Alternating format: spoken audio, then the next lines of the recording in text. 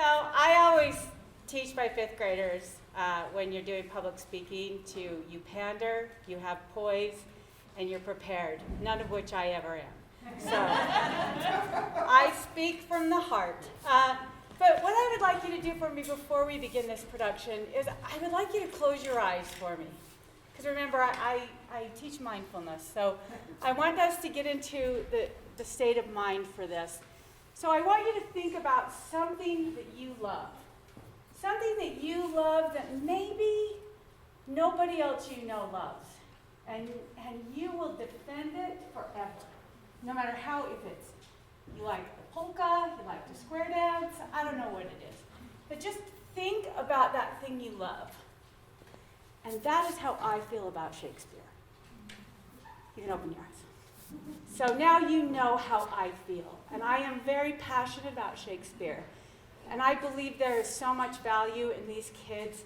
It's like unlocking a puzzle for them. They first see the language and they're scared, and it feels like they don't know what's going on.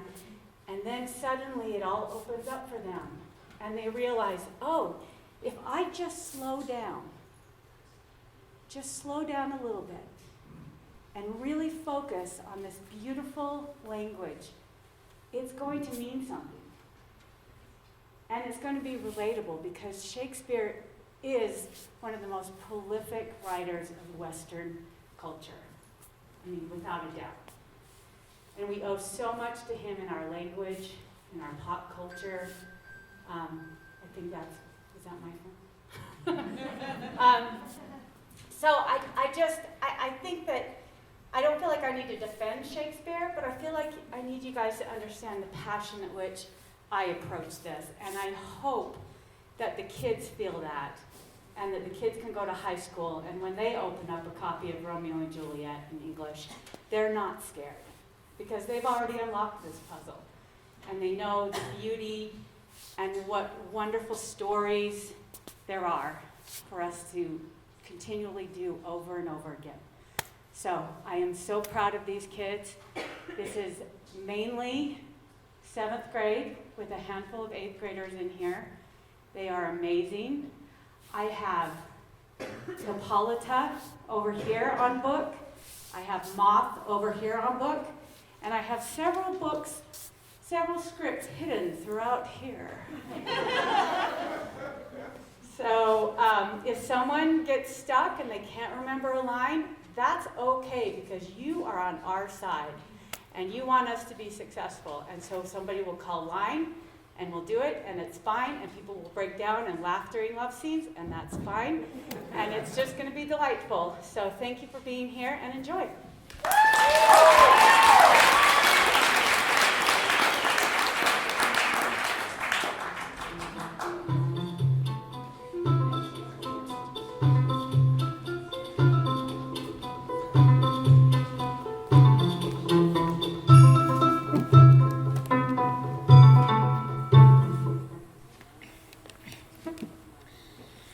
Now, fair Hippolyta, our nuptial hour draws on apace. 4 happy days bring in another moon. But oh, methinks, how slow this old moon wanes. She lingers my desires like to a stepdame or a dowager, long withering out a young man's revenue. 4 days will quickly steep themselves in night. 4 nights will quickly dream away the time. And then the moon, like to the silver bow, new bent in heaven, shall behold in the night of our solemnities. Hippolyta, I wooed thee with my sword, and won thy love, doing thee injuries. But I will wed thee in another key, with pomp, with triumph, and with reveling.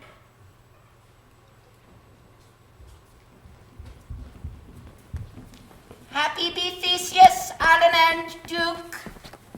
Thanks, good Aegeus. What's the news with thee? Full of vexation come I with complaint against my daughter, Hermia. Stand forth, Demetrius, my noble lord. This man hath consent to marry my daughter. Shoo. Stand forth, Lysander. This man hath bewitched the bosom of my child. thou, Lysander, thou hast given her rhymes. Thou, Lysander, thou at midnight, at window, sung feigning verses, feigning voice of feigning love, and bewitched and flicked my daughter's heart.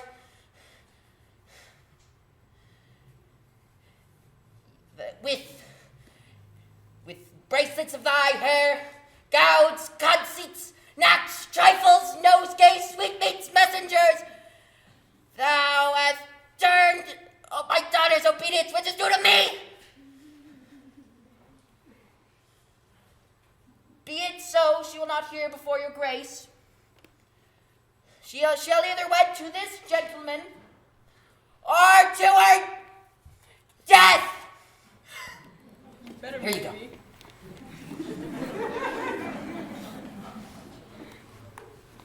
What say you, Hermia? Be advised, fair maid. To you, your father should be as a god.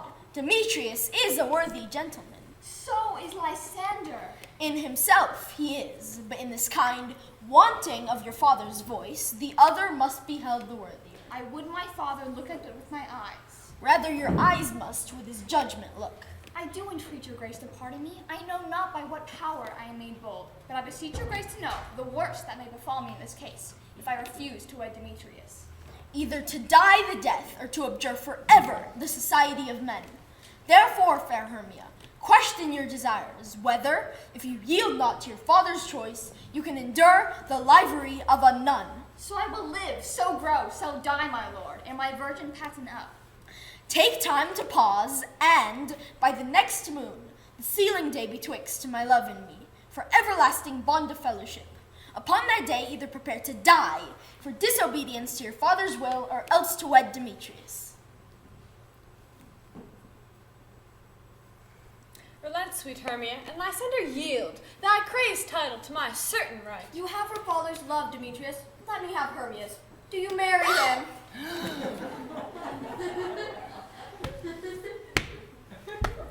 Scornful Lysander, true, he hath my love. And what is mine, my love, shall render him. I am, my lord, as well derived as he, as well possessed. My love is more than his. My fortunes every way is fairly ranked. I am beloved of beauteous Hermia. Why then should I not prosecute my right?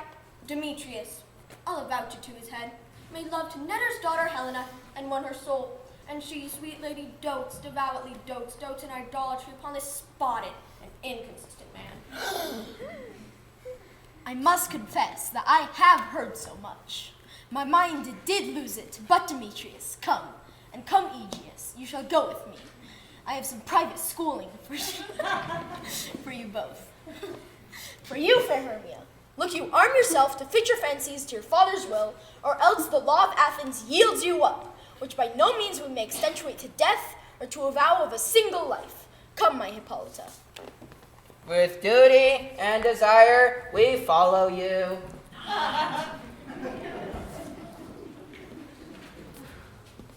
How now, my love, why is your cheek so pale? How chance the roses there do fade so fast? Belike for want of rain, which I could well beteen from the tempest of my eyes.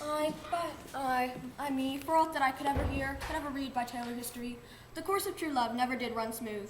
If then true lovers have ever crossed, it stands as an edict in destiny. Then let us teach our trial patience, because it is a customary cross, as due to love as thoughts and dreams and sighs, wishes and tears, poor fancy's followers. O good persuasion, therefore hear me, Hermia. I have a widow aunt, a dowager, of great revenue, and she hath no child. From Athens is her house remote 7 leagues. There, gentle Hermia, may I marry thee. And to that place the sharp Athenian law cannot pursue us. If thou lovest me then, steal forth thy father's house tomorrow night, and in the wood, a league without the town, there will I stay for thee. My good Lysander, I swear to thee, by Cupid's strongest bow, in that same place thou hast appointed me, tomorrow truly I will meet thee. Keep promise, love. Look, here comes Helena. Godspeed, fair Helena. Whither away? Call you me fair? That fair gun and say. Demetrius loves your fair. Oh, happy fair, teach me how you look, and with what art you sway the motion of Demetrius' heart. I frown upon him, yet he loves me still. Oh, that your frowns could teach my smile such skill. I give him curses, yet he gives me love. Oh, that my prayers could such affection move. The more I hate, the more he follows me. The more I love, the more he hateth me. His folly, Helena, is no fault of mine. None, but your beauty would that fault for mine. Take comfort, he shall no more see my face. For Lysander and myself shall fly this place. Helen, to your minds we will unfold. Tomorrow night, when Phoebe doth behold her silver visage in the watery glass, decking with liquid pearl the bladed grass, a time when lovers' fights does steal conceal, from Athens' gates have we devised to steal. And in that wood were often you and I, upon faint primrose beds where we want to lie. Keep ward, Lysander, we must starve our sight from lovers' food till the morrow midnight. I will, my Hermia. Helena, adieu, and as you on him, Demetrius dote on you. How happy some are others so to see. Through Athens, I never thought as fair as she. But what of that? Demetrius thinks not so, for he will not know what all but he do know. Love looks not with the eyes, but with the mind, and therefore is winged Cupid painted blind. For ere Demetrius looked on Hermia's eyne, he hailed down oaths that he was only mine. And some heat from Hermia felt, so he dissolved in showers of oaths did melt. I will go tell him of fair Hermia's flight, and to the woods will he tomorrow night pursue her. And for this intelligence, if I have thanks, it is a dear expense. But here mean I to enrich my pain, to have his sight thither and back again.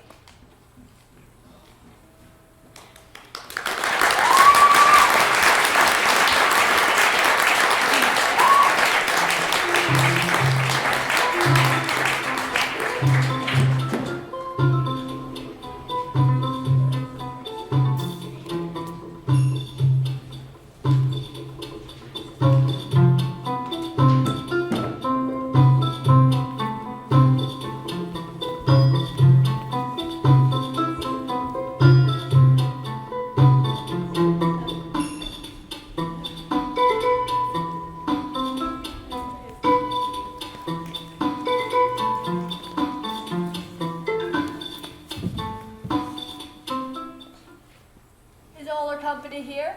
You are best to call them generally, man by man, according to the script. Here is the scroll of every man's name, which is thought fit through all Athens to play an hour interlude before the Duke and Duchess on his wedding day at night.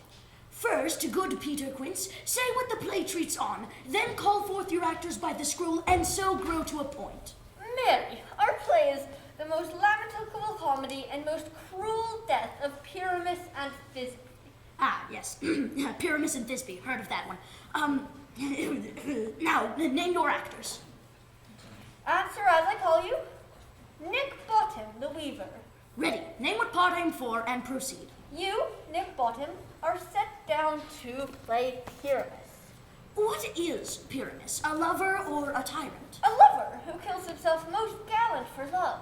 That will ask some tears in the true performing of it. If I do it, let the audience look to their eyes. I will move storms. The raging rocks and shivering shocks shall break the locks of prison gates, and Phoebe's car shall shine from afar and make and mar the foolish fates. Feel free to clap.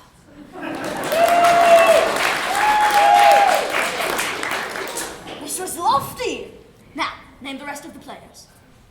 Francis Flute, the bellows mender. Here, Peter Quince. Flute, you must take Thisbe upon you. What is a Thisbe? A wandering knight? It is the lady that Pyramus must love. Aye, faith, let me not play a woman. I've a beard coming. That's all one. You shall wear a mask and you may speak as small as you will.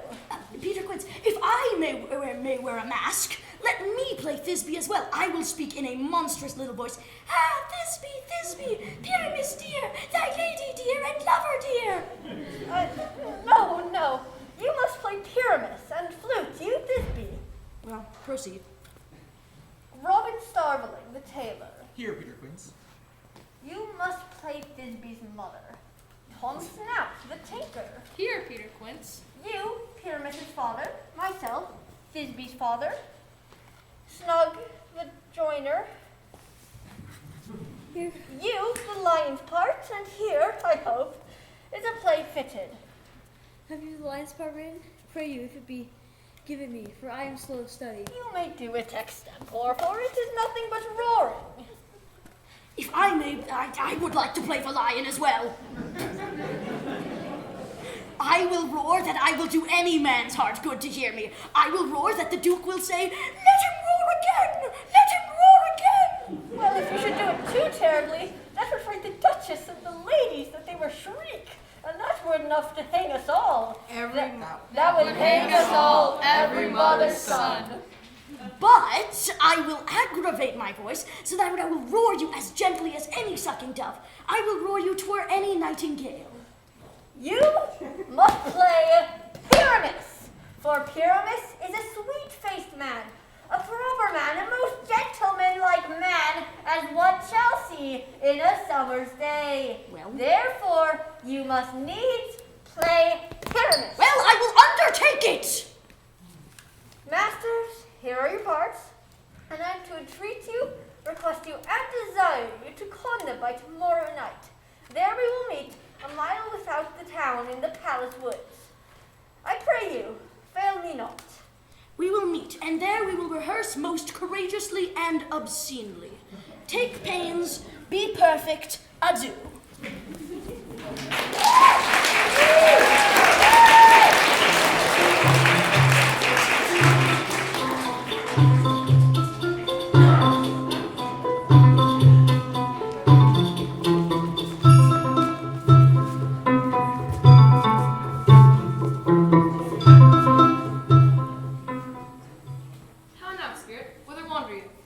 Over hill, over dale, through brush, through briar, over park, over pale, through flood, through fire.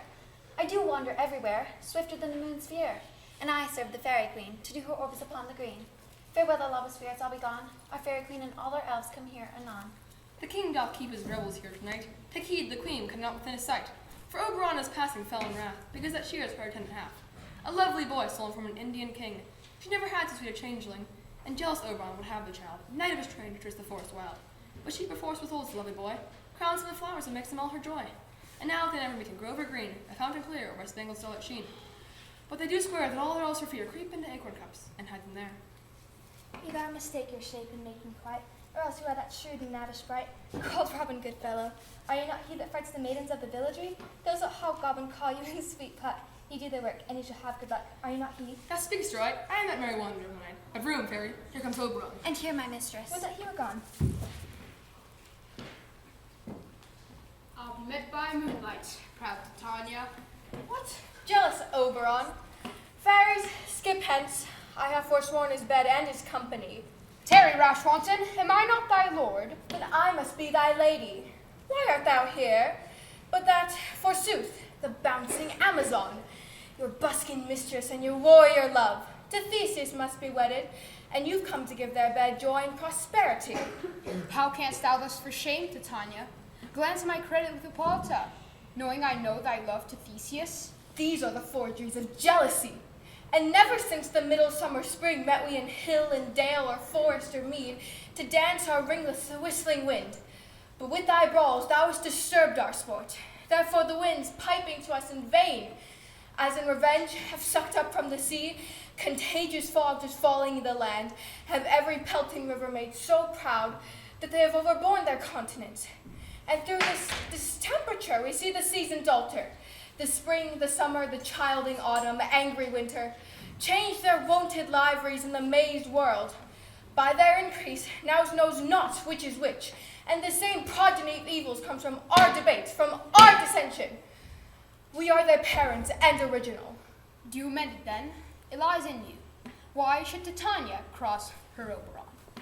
I do but beg a little changeling boy to be my henchman. Set your heart at rest. The fairyland buys not the child of me. Give me that boy! Not for thy fairy kingdom. Fairies away. We shall try downright no longer stay. Well, go thy way. Thou shalt not move from this grove till I torment thee for this injury. My gentle Puck, come hither. Thou rememberest, since I once sat upon a promontory and heard a learning on a dolphin's back, uttering such dulcet and harmonious breath that the rude sea grew civil at her song, and certain stars shot madly from their spheres to hear the sea maid's music? I remember. That very time I saw, but thou couldst not, flying between the cold moon and the earth, Cupid all wound, a certain aim he took, at a fair vessel thrown in by the west, and loosed his love shaft smartly from his bow, as it should pierce 100,000 hearts. But I might see young Cupid's fiery shaft, quenched in the shaft's beams of the watery moon, and the imperial voters passed on, in maiden meditation, fancy-free. Yet marked I where the bolt of Cupid fell. It fell upon a little western flower, before milk white, now purple with those wounds. Fetch me this flower, fetch me this flower, the herb I showed thee once. The juice of it, on sleeping eyelids laid, will make or man or woman fall madly dote upon the next live creature that it sees. Fetch me this herb, and be thou here again, ere the Leviathan can swim a league. I'll put a girdle around about there for 40 minutes. Having once this juice, I'll watch Titania when she's asleep, and drop the liquor pit in her eyes. The next thing then she waking looks upon, be it on lion or bear or wolf or bull, on meddling monkey or on busy ape, she shall pursue it with the soul of love. And ere I take this charm from off her sight, as I can take it with another herb, I'll make her render up her page to me. But who comes here? I'm invisible, and I shall overhear their conference. I love thee not, therefore pursue me not. Where is Lysander and fair Hermia, the one I'll slay that is slayeth me? Thou toldst me that there were stones in this wood. Hence, get thee gone, and follow me no more. You draw me, you hard-hearted adamant. You pull me towards you. Do I entice you? Do I speak you fair? Or rather, in plainest truth, tell you I do not know, I cannot love you. And even for that do I love you the more. I am your spaniel. And Demetrius, the more you beat me, I will fawn on you. Use me as your spaniel, spurn me, strike me, neglect me, lose me, only give me leave. Unworthy as I am to follow you, what worser place can I beg in your love? And in a place of high respect with me, than to be used as you use your dog? Tempt not too much the hatred of my spirit, for I am sick when I look at thee. And I am sick when I look not on you. You do impeach your modesty too much, to leave the city and commit yourself into the hands of one that loves you not, to trust the opportunity of night with the ill counsel of a desert place, with the rich worth of your virginity. Your virtue is my privilege. Therefore, it is not night when I do see your face.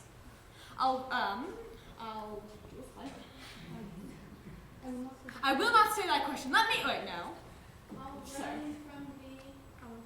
I'll run from thee and hide me in the place, and leave thee to the mercy of the wild beasts. The wildest hath not such a heart as you. I will not say thy question. Let me go, for if thou follow me, do not believe, but I shall do thee mischief in the woods. I, in the temple, in the town, and field, you do me mischief. By Demetrius, your wrongs do set a scandal on my sex. We cannot fight for love as men may do. We were made to be wooed, and were not made to woo. I'll follow thee, and make a heaven of hell to die upon the hand I love so well. Fare thee well, nymph, and ere he do leave this grove, thou shalt fly him, and he shall seek thy love. Hast thou the flower there? Welcome, wanderer. Aye, there's it. There it is. I pray thee give it to me. I know a bank where the wildthyme blows, where oxlips and nodding violet grows. There sleeps Titania sometime of the night, lulled in these flowers with dances and delights. And with the juice of this, I'll streak her eyes, and make her full of hateful fantasies. Take thou some of it, and see through this grove. A sweet Athenian lady is in love with a disdainful youth. Anoint his eyes, but do it when the next thing he doth espy may be the lady. Thou shalt know the man by the Athenian garments he hath on. Affect it with some care, that he may prove more fond on her than she upon her love. And meet me ere the first cock crow. Fear not, my lord. Your servant shall do so.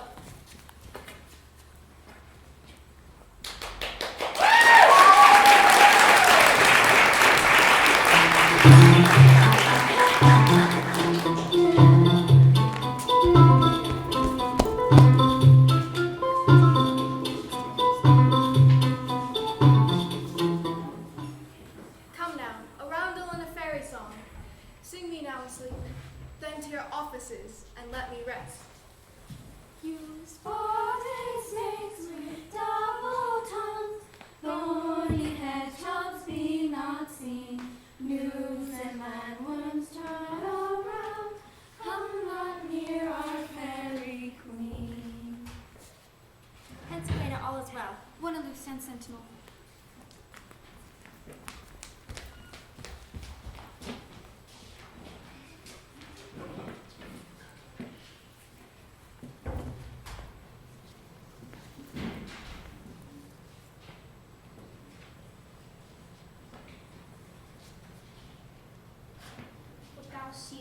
when thou dost wake.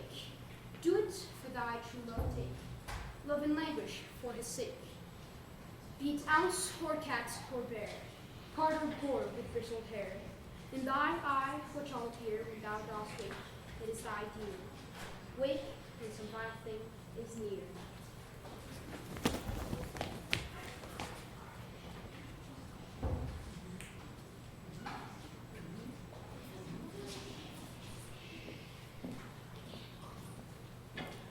Fair love, you faint with wandering in the wood, and to speak truth, I forgot our way.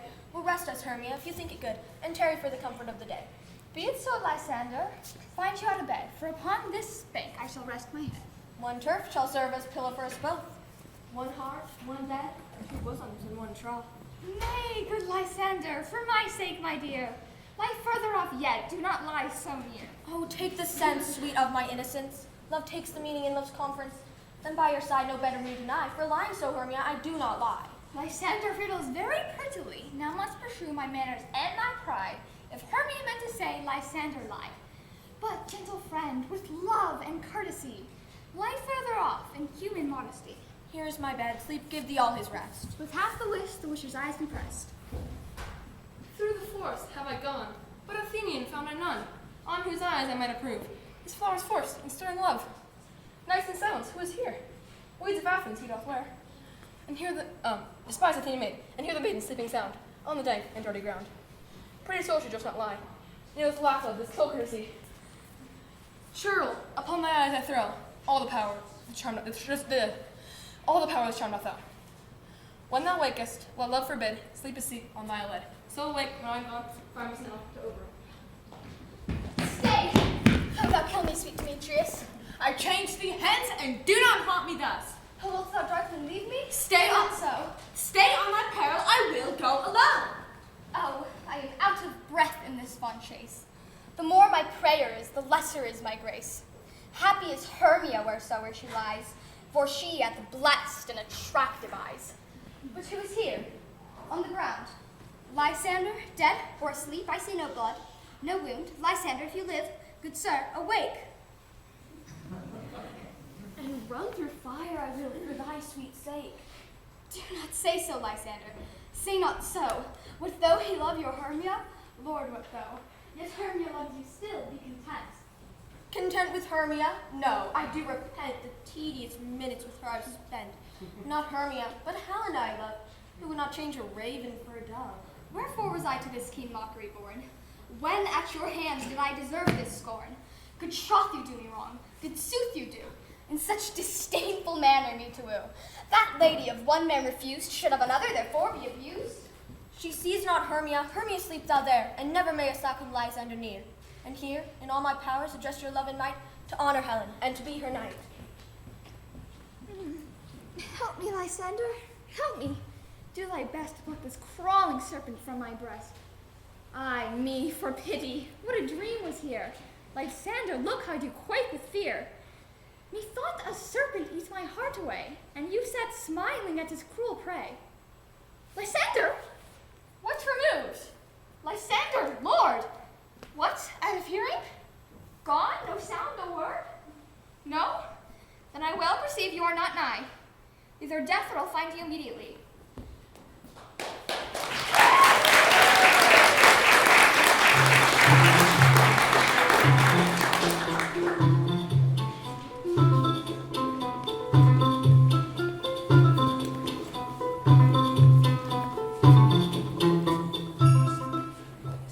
Are we all met? Pat, Pat, and here's a marvelous convenient place for our rehearsal. Wonderful. Masters, spread yourselves. This green plot shall be our stage, that hawthorn brake our tiring house, and we will do it in action as we will do it before the Duke. Come, sit down, every mother's son, and rehearse your parts. Pyramus, you begin. When you have spoken in your speech, enter into that brake, and so everyone according to his cue. What hempen homespuns have we swaggering here? So near the cradle of the fairy queen. What? A play toward? I'll be an auditor, an actor too, perhaps, if I see cause. Speak, Pyramus. Thisbe, stand forth. Thisbe, the flowers of odious savors sweet. Odors. Odors, savors sweet. So hath thy breath, my dearest Thisbe dear. But hark, a voice. Stay thou but here a while, and by I will to thee appear. Stranger Pyramus never played here. Must I speak now? Amen. Must you? For you must understand he goes but to see a noise that he heard, and is to come again. Very well. O Pyramus, of lily white hue, of color of red rose on triumphant briar, as truest horse that would never tire, meet me at Ninny's tomb. Ninny's tomb? Why, you must not speak that yet. That you answer to Pyramus. You speak all your parts at once, cues and all. Pyramus, enter! Your cue is past. It is never tire. As truest horse that would never tire. If I were fair, Thisbe, I were only thine. Monsters afraid we are haunted! Climb after help!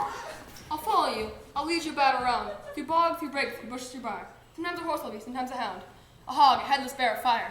And neigh and bark and grunt and roar. Like horse, hound, hog, bear, fire at every turn.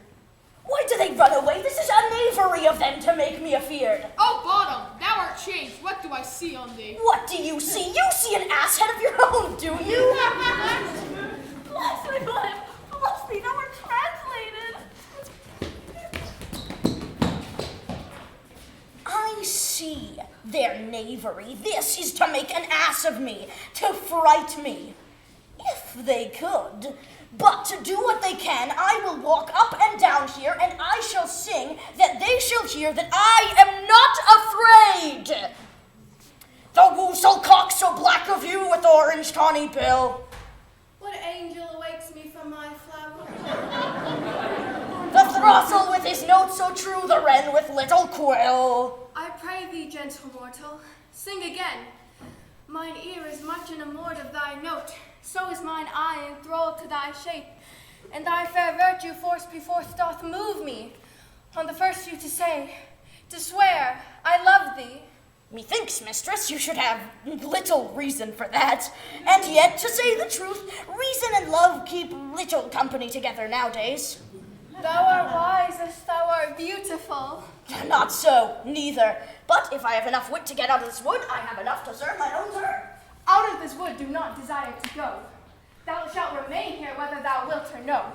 I am a spirit of no common rate. The summer still doth tend upon my state, and I do love thee, therefore go with me. Peas blossom, cobweb, moth, and mustard seed. Ready. And I. Where shall we go? Be kind and courteous to this gentleman. Hop in his walks and gambol in his eyes. Feed him with apricots and dewberries, with purple grapes, green figs, and mulberries. The honey bags steal from the humble bees. Nod to him, elves, do him courtesies. Hail, mortal, hail, hail, hail. I cry thy worship's mercy. Heartily I beseech thy worship's name. Cobweb. Good Master Cobweb, I shall desire you of more acquaintance later. And your name? Peas blossom. Good Master Peas Blossom, I shall desire you of more acquaintance as well. Your name, honest gentleman? Mustard seed. I shall desire you of more acquaintance, good Master Mustard Seed. And who are you? I don't care. Come, wait upon him. Lead him to my bower. Tie up my love's tongue. Bring him silently.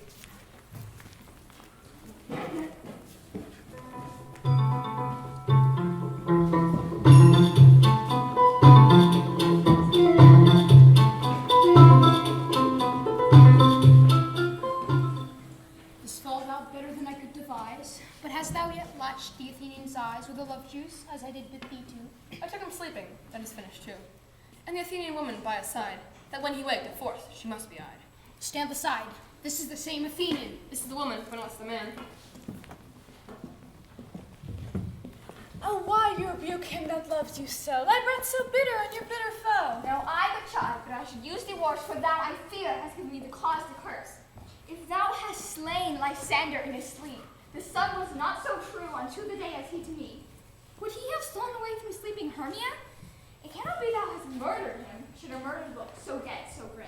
So should the murdered looked, and so should I, pierced through the heart with stern cruelty. What's this to my Lysander? Where is he? Ah, good Demetrius, wilt thou give him to me? I had rather give his carcass to my hounds. Out, dog! Out, cur! Thou hast driven me past without remaining patience. Hast thou slain him then? Henceforth be never numbered among men. You spend your passion on a mistress mood. I am not guilty of Lysander's blood, nor is he dead, for aught that I can tell. I pray thee, tell me that he is well. And if I could, what should I get therefore? A privilege never to see me the more, and from thy hated presence I part so. See me no more, whether he be dead or no. There is no use following her in this fierce vein. Here for a while I will remain. What hast thou done? Thou hast mistaken. What hast thou done? Thou hast mistaken quiet and laid the love juice on some true love sight. About the woods go swifter than the wind, and Ellen out of Athens look thou find. By some illusion see thou bring her here. I'll charm his eyes, again she do appear. I go, look how I go, swift in air from Tartar's bow.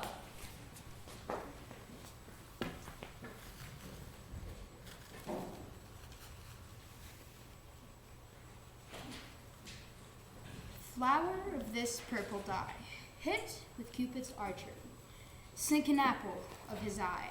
When his look he doth espy, let her shine as gloriously as the Venus of the sky. When thou wakest, if she be by, beg of her for remedy. Captain of our fairy band, Helena is here at hand, and the youth mistook by me, pleading for a lover's fee. Shall we their fond pageancy? Lord, what fools these mortals be! Stand aside, the noise they make will cause Demetrius to awake. Why should you think I should ruin scorn? Scorn and derision never come into tears. Look when I vow, I weep, and vows so born, in their nativity all truth appears. These vows are Hermia's. Will you give her our? I had no judgment when to her I swore. None, nor in my mind. Now you give her our. Demetrius loves her, and he loves not you.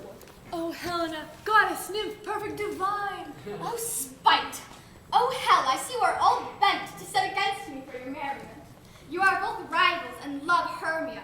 Now both rivals to mock Helena. You are unkind, Demetrius, be not so, for you love Hermia. Did you know I know and hear, in all goodwill and all my heart, in Hermia's love, I yield you up my part, and yours of Helena to me bequeath, my due love, and will do till my death. Never did mockers waste more idle breath. Lysander, keep thy Hermia, I will have known. If e'er I loved her, all that love is gone. Thou art not by mine eye, Lysander found. Mine ear, I think, hath brought me to thy sound. But why dost unkindly leave me so? Why should he stay when love doth press to go? What love could press Lysander from my side? Lysander's love, that more would let him bide. Fair Helena, the more proud tonight, than all in theory owes in eyes of light. Why seekest thou me? Cannot this let thee know the hate I bear thee made me leave thee so? You speak not as you think, it cannot be. Lo, she is one of this confederacy. Now I perceive they hath conjoined all three to fashion this false sport in spite of me. Injurious Hermia, most ungrateful maid, have you conspired, have you, with these contrived to bait me with this foul derision? I am amazed at your passionate words. I scorn you not. It seems you scorn me. Have you not set Lysander, as in scorn to follow me and praise my eyes and face, and sent your other love, Demetrius, who even but now did spur me with his foot, to call me goddess, nymph, divine, and rare? I understand not what you mean by this. I do persevere counterfeits at looks, make mouths upon me when I turn my back, but fare ye well, 'tis partly my own fault, which death or absence soon shall remedy. Stay gentle, Helena, hear my excuse. My love, my life, my soul, fair Helena. Oh, excellent, sweet, do not scorn her so. If she cannot entreat, I can compel. Thou canst compel no more than she entreat. Helen, I love thee, by my life I do. I say I love thee more than you can ever do. If thou say so, withdraw and prove it too. Quick, come! Lysander, where'd you tend all of this? Hang off, thou cat, thou servile thing let loose, I will shake thee from me like a serpent. Demetrius, I will keep my word with thee. I would I hide your bond, I'll not trust your word. What, should I hurt her, strike her, kill her dead? Although I hate her, I will not harm her so. Hate me wherefore? Can you not do me greater harm than hate? Am I not Hermia? Are you not Lysander? Since night you loved me, since night you left me. In earnest, shall I say? By my life, I never did desire to see thee more. Therefore, be out of hope, of question, of doubt. Be certain nothing truer. 'Tis no jest that I do hate thee and love Helena. Oh, me! You juggler! You cankerblossom! You thief of love! What, have you come by night and stolen my love's heart from him? By, you counterfeit, you puppet! Puppet? Why say so? Aye, that goes the game. Now I perceive she hath nay compare between our statures, and with her personage, her tall personage, her height forsooth, she hath prevailed with him. Are you grown so high in his esteem because I'm so dwarfish and low? How low am I, thou painted nighthawk? How low am I? I am not yet so low that my nails cannot reach into thine eyes. Let her not strike me again. You perhaps may think because she is something lower than myself that I can match her. Lower, hard again. Good Hermia, do not be so bitter with me. I evermore did love you. Hermia, let me go. You see how simple and how fond I am. Why, get you gone. Who isn't that hinders you? A foolish heart that I leave here, behind. What, with Lysander? With Demetrius. Be not afraid, she shall not harm thee, Helena. No, sir, she shall not, though you can take her part. When she's angry, she is keen and shrewd. She was a vixen when she went to school, and though she be but little, she be but fierce. Little again? Nothing but low and little. Why will you suffer her to flout me thus? Let me come to her. Be you gone, you dwarf, you minimus, you not dress me, you bead, you acorn. Let her alone. Speak not of Helena. Now follow if thou darest, to see whose right of thine or mine is most in Helena. Follow? Nay, I'll go with you, cheek by jowl. Nay, go not mad. I will not trust you. I no longer stay here in your cursed company. Your hands than mine may be quicker for a fray. My legs are longer, though, to run away. I am amazed and know not what to say. This is thy negligence, still thou mistakest, or else committest these knaveries woefully. Believe me, King of Shadows, I'm stuck. Thou seest these lovers seek a place to fight. Hide therefore, Robin, overcast the night, and lead these testy rivals so astray, as one come not within another's way, till o'er their brows death counterfeiting sleep, with leading legs and battings doth creep. Then crush this herd into Lysander's eye, whose liquor hath this virtuous property, to take from thence all air with his might, and make his eyeballs roll with wonted sight. Whilst I in this affair, when they next wake, all this derision shall seem a dream and fruitless vision. Whilst I in this affair do the employ, I'll to my queen and beg her Indian boy. I'll to my queen and beg her Indian boy, and then I will her charmed eye release from monsters you, and all things shall be peace. But, notwithstanding, haste, make no delay. We may effect this business yet or day. Up and down, I will lead them. Up and down, iron feared in field and town, God will lead them. Up and down, here comes one. Where art thou, proud Demetrius? Speak thou now. Here, villain, drawn and ready, where art thou? I will be with thee straight. Follow me then, to play on the ground.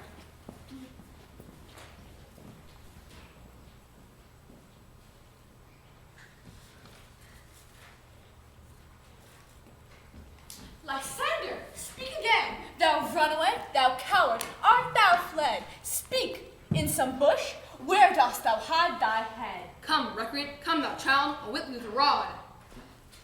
And get thee gone? Follow my voice, we'll try to mend here. He goes before me and still dares me on. When I come where he calls, and he is gone. The villain is much lighter heeled than I followed fast, but faster did he fly. Let fallen am I this dark and even way, and here will rest me. Come thou, gentle day.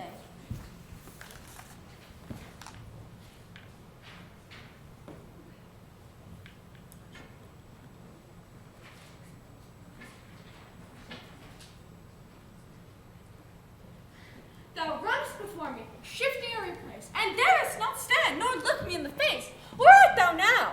Come hither, I am here.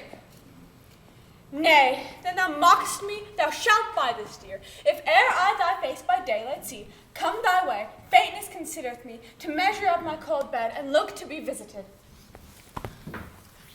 On the ground, sleep sound, all apply to your eye, gentle lover. Remedy, when thou wakest, thou takest true delight in the sight of thy former lady's eye, and the country proverb known, but every man to take his own. In your waking shall be shown Jack shall have Jill, naught shall go ill, the man shall have his mare again, and all shall be well. A weary night, a long and tedious night. Abate thy hour, shine comforts from the east, that I may back to Athens by daylight. And from my poor company detest, sleep that sometimes shuts up our sorrow's eye, steal me a while from mine own company. Yet but three, come one more, two of both kinds make up four. Never so weary, never so in woe. Bedabbled with the dew and torn with the briars, I can no further crawl, no further go. My legs can keep no pace with my desires. Here will I rest thee till the break of day. Heaven shield Lysander, if they mean a fray. On the ground, sleep sound, I'll apply to your eye. Gentle lover, remedy, when thou wakest, thou takest true delight in the sight of thy former lady's eye, and the country proverb known, that every man shall take his own, and your waking shall be shown. Jack shall have Jill, naught shall go ill, the man shall have his mare again, and all shall be well.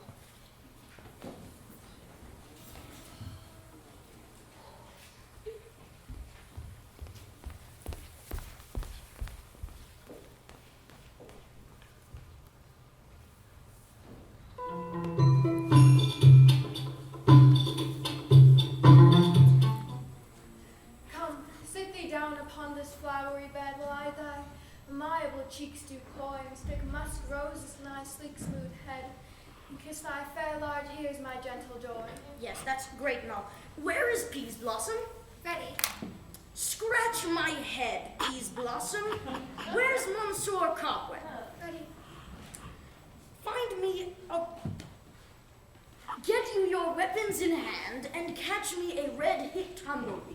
Then bring me the honey bag. I pray you, fail me not. Where is Monsieur Mustard Seed? Ready, what you will. Nothing. Except to help Monsieur Peas Blossom with the head scratching.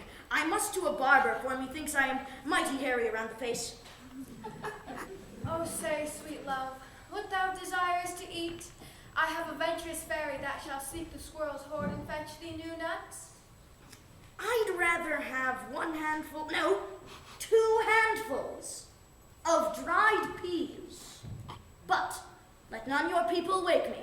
I have an exposition of sleep come upon me. Sleep thou, and I will wind thee in my arms. Fairies be gone, and be always away. So doth the woodbine, the sweet honeysuckle gently entice. The female ivy so enrings the barky fingers of the elm. Oh, how I love thee, how I dote on thee.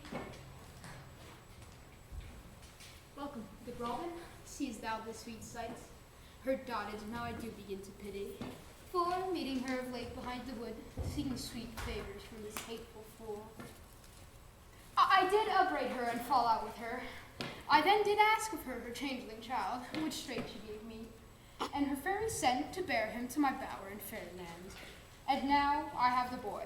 I will bear him, and now I have the boy. I will undo this hateful imperfection of her eyes. And, gentle Puck, take this transformed scalp from out the head of this Athenian slave, that he awaking when the other do, may all to Athens back again to repair. And, line.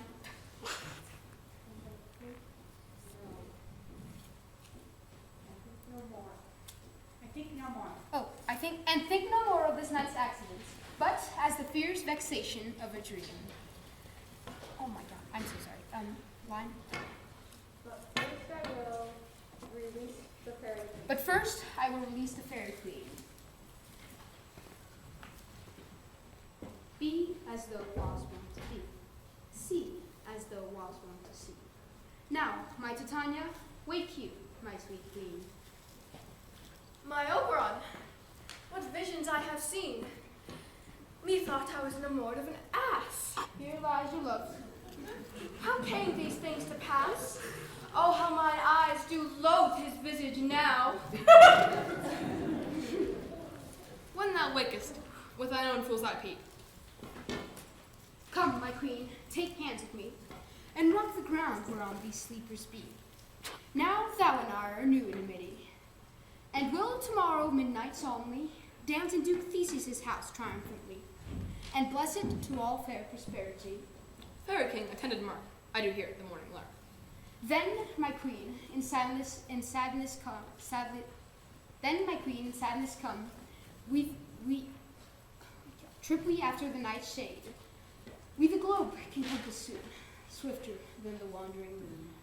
Come, my lord, and in our flight, tell me how it came this night that I, sleeping here, was found with these mortals on the ground.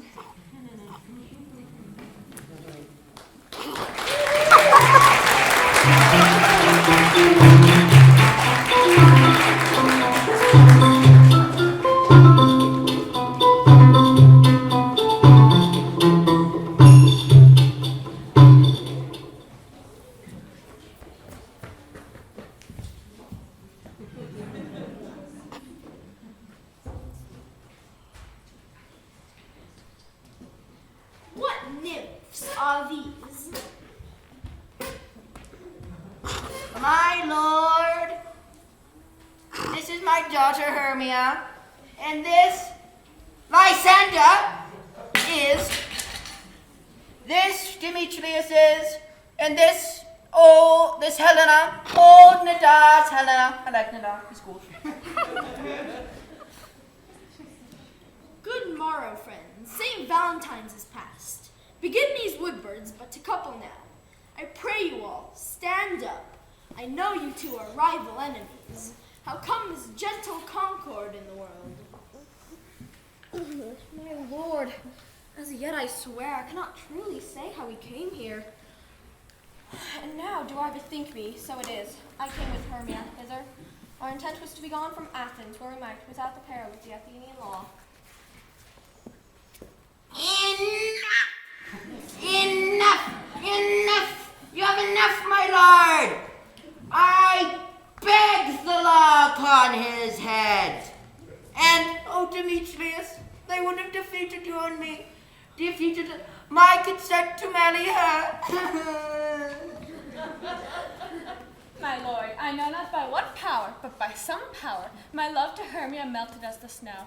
The object and pleasure of mine eye is only Helena. To her I was betrothed when I saw Hermia. But as in sickness did I loathe this food, but as in health come to my natural taste. I only wish it, love it, long for it, and evermore to be true to it. Aegeus, I will overbear your will. In the temple by and by with us, these two couples shall eternally be knit. Away with us to Athens, 3 and 3. We shall hold a feast in great solemnity. Come, Hippolyta.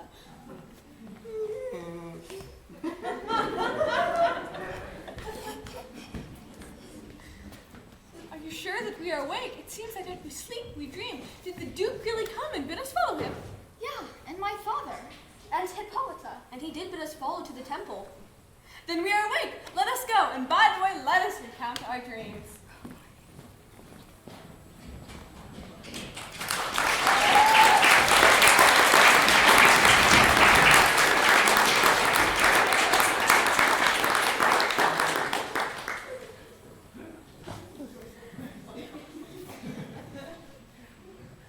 Peas Blossom, I have had a most rare vision. I have had a dream, Midsummer Night's Dream. A man is but an ass if he go about to expound this dream. I shall have Peter Quince write a ballad of this dream, and it shall be called Bottom's Dream. Because it hath no bottom.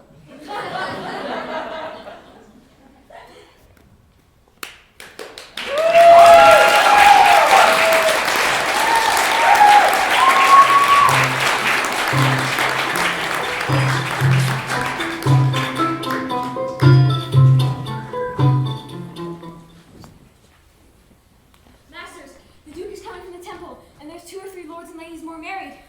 Have you sent to Bottom's house? Is he come home yet? He is unheard of. Out of doubt he is transported. But if he come not, then the play is marred. It goes not forward, does it? It's not possible. There is not a man in all Athens able to discharge Pyrrhus but he. He simply has the best wit and handicraft of any man in all of Athens. Oh, sweet bully bun. Where are these hearts? Where are these lads? Autumn, almost courageous day, almost happy hour. I have had a dream, but ask me not what. For if I tell you, I am no true Athenian. Let us hear, sweet Autumn. Not a word of me. All you shall know is that the Duke hath dined. Gather your apparel, and we will meet at the palace straight away. Now, away. Go away! Go away!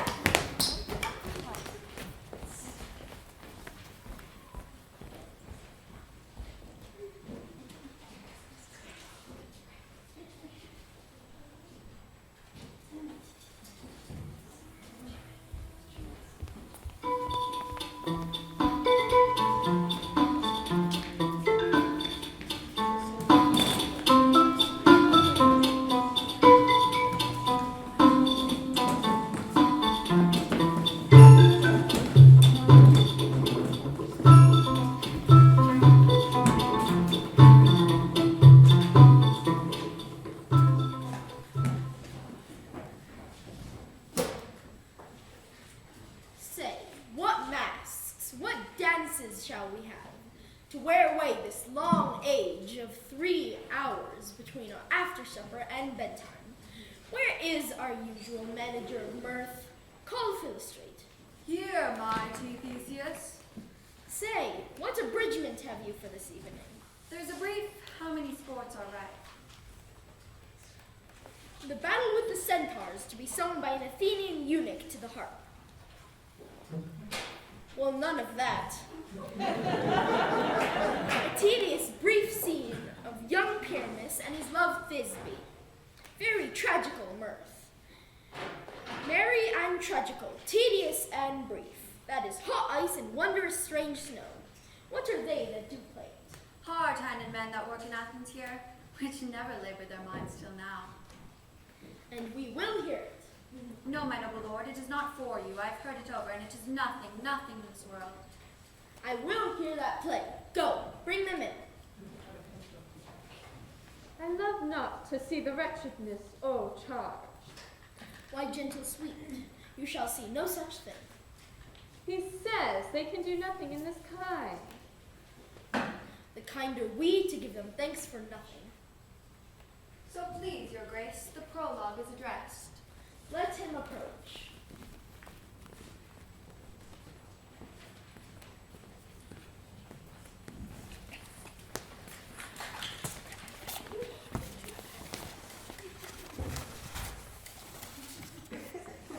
Gentles, perchance you wonder at the show, but wonder on till truth makes all things plain. This man is Pyramus, if you would know. This beauteous lady Thisbe is this man with lime and rough cast doth present wall, that vile wall which did these lovers sunder, and through that wall's chink, poor souls, they are content to whisper, at the which let no man wonder. This man, with lanthorn, dog, and bush of thorn, presenteth moonshine, for, if you'll know, by moonshine did these lovers think no scorn to meet at Ninus' tomb, there to woo. This grisly beast, which Lion hight by name, the trusty Thisbe, coming first by night, did scare away, or rather did affright, and as she fled, her mantle she did fall, which Lion vile with bloody mouth did stain. Anon comes Pyramus, sweet youth and tall, and finds his trusty Thisbe's mantle slain, whereat with bloody blameful blade, he bravely broached his boiling bloody breast, and Thisbe, tarrying in mulberry shade, his dagger drew and died. For all the rest, let lion, moonshine, wall, and lovers twain at large discourse, while here they do remain. I wonder if the lion be to speak. No wonder, my lord, one lion may, when many asses do. In this same interlude it doth befall, that I, when snapped by name, present a wall. And such a wall, as I would have you think, that had in it a cranny hole or chink, through which the lovers, Pyramus and Thisbe, did whisper often very secretly. Line. This loam, this rough cast, and this stone doth show that I am that same wall the truth is so. And this the cranny is right and blind, sinister, through which the fearful lovers are to whisper. Would you desire lime and hair to speak better? It is the wittiest partition I ever heard discourse, my lord. Pyramus draws near the wall. Silence. Oh, night! Oh, grim-looked night! Oh, night so black of hue! Oh, night, alack, alack, alack! I fear my Thisbe's promise is forgot.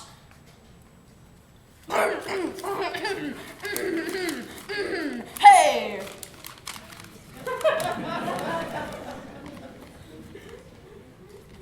And thou, O wall, O sweet, O lovely wall, show me thy chink for me to blink through with mine eyne. It's down there.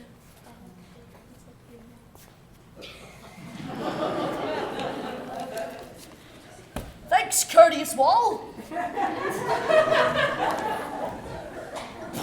What?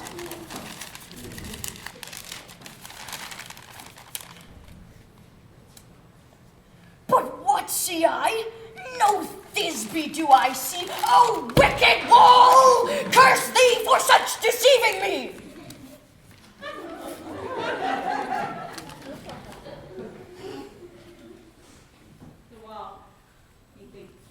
The wall, methinks, being sensible, should curse again. No, in truth, sir, he should not. Thus deceiving me is Thisbe's cue. She will enter now. It will fall pat, as I told you. Oh, wall. Full often hast thou heard my moans. My cherry lips have often kissed thy stones, with lime hair knit up in thee. I hear a voice. Now will I to the chink to see if I can spy my Thisbe's face. My love, thou art my love, I think. Think what thou wilt. I am thy lover's grace. Kiss me through the chink of this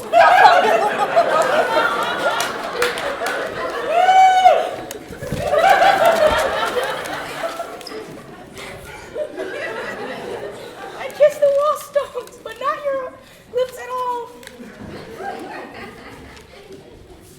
Wilt thou meet me at Niddy's tomb straightway? Tide life, tide death, I come without delay. Thus wall my part discharge so, and being done, thus wall away doth so.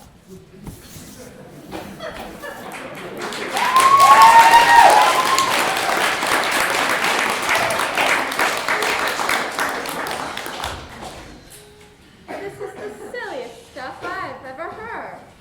Here come two noble beasts in, a man and a lion.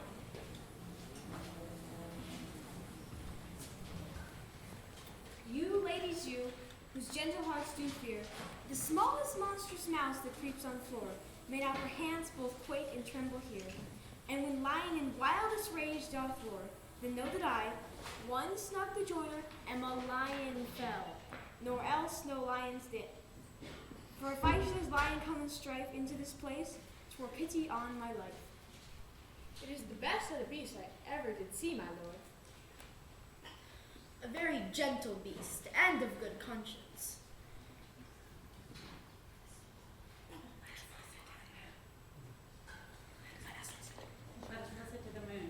Let us listen to the moon. This lanthorn doth horn moon present. He should have worn the horns on his head. This lanthorn doth horn moon present. Wait, hold on. I, the man in the moon, or something like that. I am aweary of this moon. Would he would change? This is the greatest error of all the rest. The man should be put inside the lantern. does the man eye the moon? Why, all these should be in the lamp guard, for they are on the moon. But silence! Here comes this bee. This is Ninny's tune. Where is my love? Roar.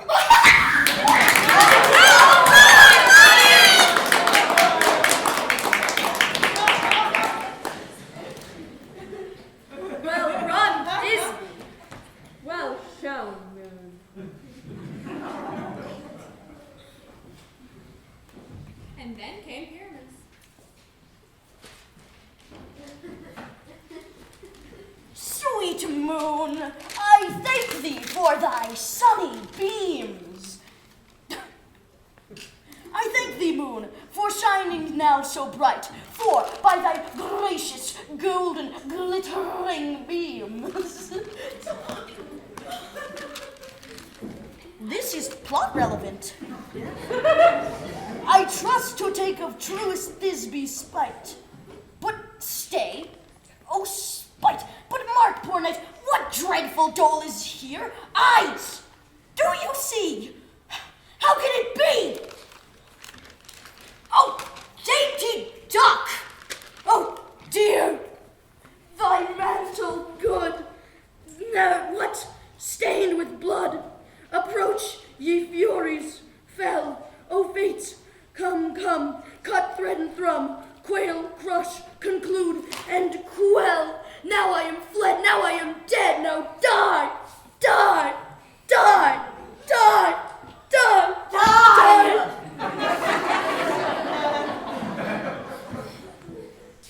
Die.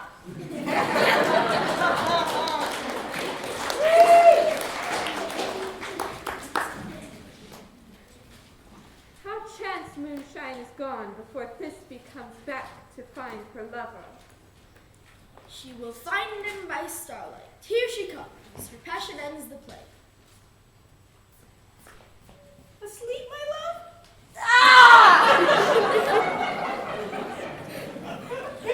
My God! Rosie, what did that do? Oh, two must cover thy sweet eyes. His lily lips, his cherry nose. Oh God, Lord God. Flowers make moan, his eyes are green as leeks. Sisters three, come to me, for you thread his shred of silk. Farewell, friends, thus Thisby ends. Adieu, adieu, adieu.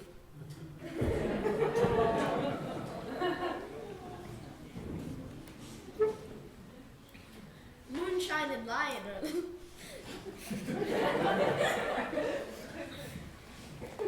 Moonshine and lion are left to bury the dead. Aye, wall too. No! No! I assure you, the wall that parted their fathers is down. Will it please you to see the epilogue? No! No epilogue, I pray you. For your play needs no excuse. The iron tongue of midnight hath told 12. Lovers to bed, 'tis almost fairy time.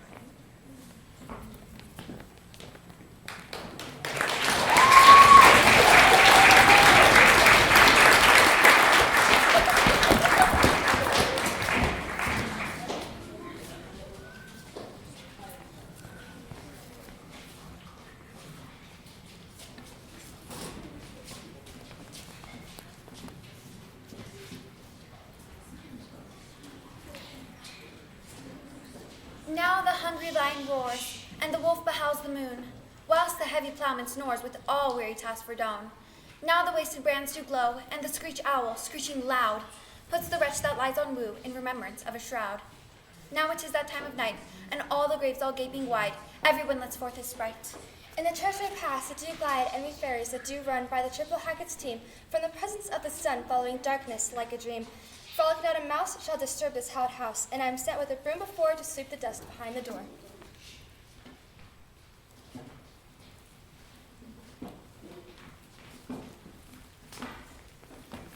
Through the house give glimmering light, by the dead and drowsy fire. Every elf and fairy sprite hop as light as bird from briar. And this ditty, after me, sing and dance it, trippingly. First, rehearse thy song by rote, to each word a warbling note. Hand in hand with fairy grace will we sing and bless this place. Now until the break of day, through this house each fairy stray, to the breast bride bed will we, which by us shall blessed be, and the issue there create ever shall be fortunate. So shall all the couples three ever true in loving be.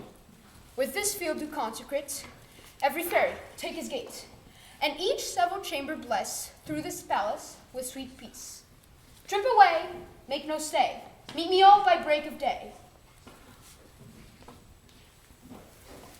If we shadows have offended, think but this, and all's mended, that you have but slumber here, while these visions did appear, and this weak and idle theme, no more yielding, 'tis but a dream. Gentles, do not reprehend. If you pardon, we shall mend, and as I am an honest puck, if you have unearned luck, now to escape the serpent's tongue, we will make amends ere long, else the puck a liar call. So good night unto you all. Give me your hands if you be friends, and Robin shall restore amends.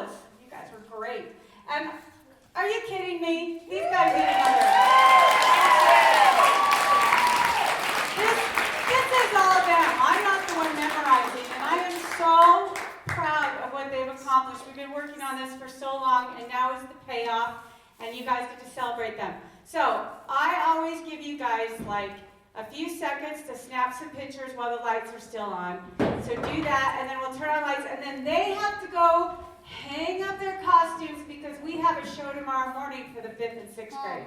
So take some pictures.